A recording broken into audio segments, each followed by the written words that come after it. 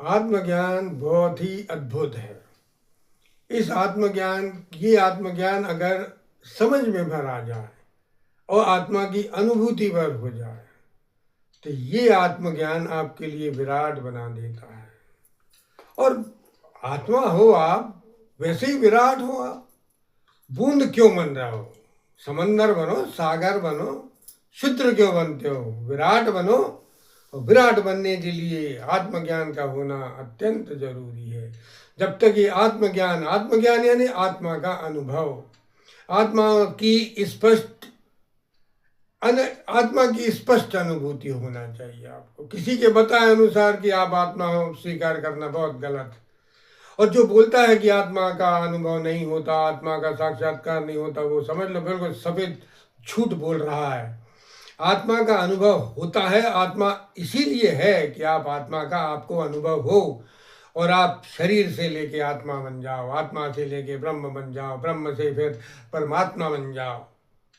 क्योंकि लोग बाग तो आज भी बताने वाले ये बता देते हैं कि अरे तुम तो आकाश हो, अपने आप को आकाश जानो, तुम तो ब्रह्मांड हो, अपने आप को ब्रह्मांड जानो। ऐसे किसी के बताए आप नहीं जान सकते। आप जब तक आपको स्वयं आपकी अपनी प्रत्यक्ष आपको अपनी अनुभूति नहीं होगी आत्मा की, तब तक आप आत्मा को आत्मा नहीं जान पाओगे, अपने आप को शरीर ही जानते रहोगे।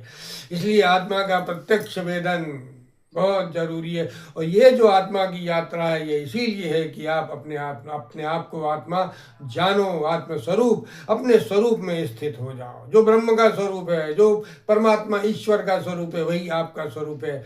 आप भी आत्मा हो, आप भी ब्रह्म हो। आप अभी इस समय भी ब्रह्म हो, आप इस समय भी ईश्वर परमात्मा है आप।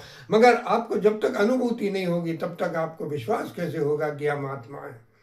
क्योंकि बचपन से लेके आज तक जब से आपको आपने होश संभाला है, तब से आपने अपने आप को शरीर में ही देखा है। अपने आसपास के, अपने घर के पड़ोसी, यार, दोस्त, मित्र सभी के लिए आपने शरीर रूप में देखा है। इसलिए आपके मन मस्तिष्क में ये शरीर ही बन के रह गया है। आपको कभी इस चीज़ की फीलिंग ही नहीं हुई कि मैं आत्मा हूँ, और ना कभी इस चीज़ की जिज्ञासा हुई कि पता तो हो कि हम कैसे आत्मा हैं, किस तरह हम आत्मा है। सारा वेद बता रहा है, सारे बड़े बड़े ऋषि, महर्षि, मुनि, महामुनि सभी बता रहे हैं कि आप शरीर नहीं, आप आत्मा है। फिर जब अगर आप आत्मा है तो फिर हमें पता तो पड़े कि हम ऐसे आत्मा हैं। जब तक हमें खुद का अनुभव नहीं होगा तब तक हम अपने आप को आत्मा स्वीकार नहीं कर पाते। क्योंकि वो अत्यंत आवश्यक है कि हमें आत्मा का अनुभव हो। और ये जो यात्रा है आत्मा की,